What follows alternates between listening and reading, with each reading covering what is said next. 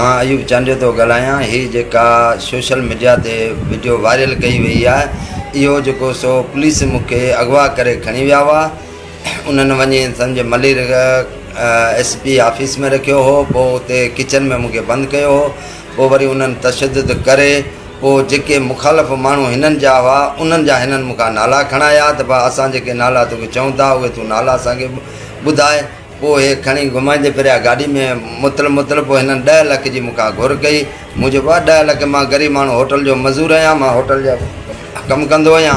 मूं वटि 10 लख किथां जेको मां तव्हांखे 10 लख रुपया ॾींदुसि। पोइ मालिकनि मुंहिंजनि जो काशिफ अब्बासी मलिर सां राब्तो थियो। उन जेको सो अची वाज़ाबी मूंखे करायो किचन वञा। पोइ उन पुलिस वारनि खे जेको सो माना हुन करायो डिसमिस। उन्हनि जो लेटर हे मूं वटि आहे, ठीकु आहे। उन खां पोइ मलिर कोर्ट में मुंहिंजी पटिशन 22A जी दाख़िल थियल आहे। उन खां पोयां मुंहिंजो हीउ केस इंटीग्रेशन कोर्ट में हले पियो, जंहिंजा हे मूं वटि सबूत आहिनि।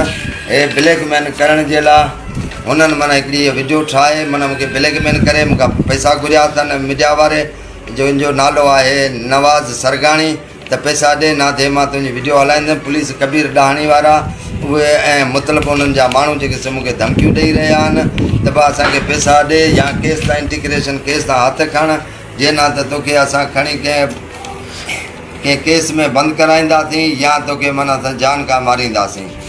मुंहिंजी इहो ऑफिसरनि खे इतला ॾिजे थो त भाउ अॼु खां वठी 20 सालनि ते मूं ते का बि केस जी का पटिशन का माना दरख़्वास्त मुंहिंजे मथां मुंहिंजे ख़िलाफ़ु न आहे।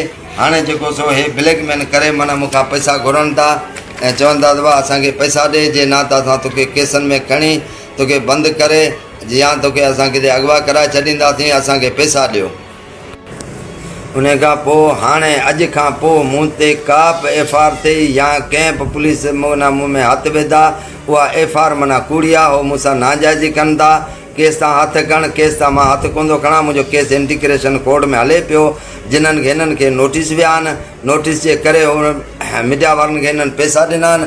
पैसा ॾेई करे माना मुंहिंजी वीडियो वायरल कराई वई आहे।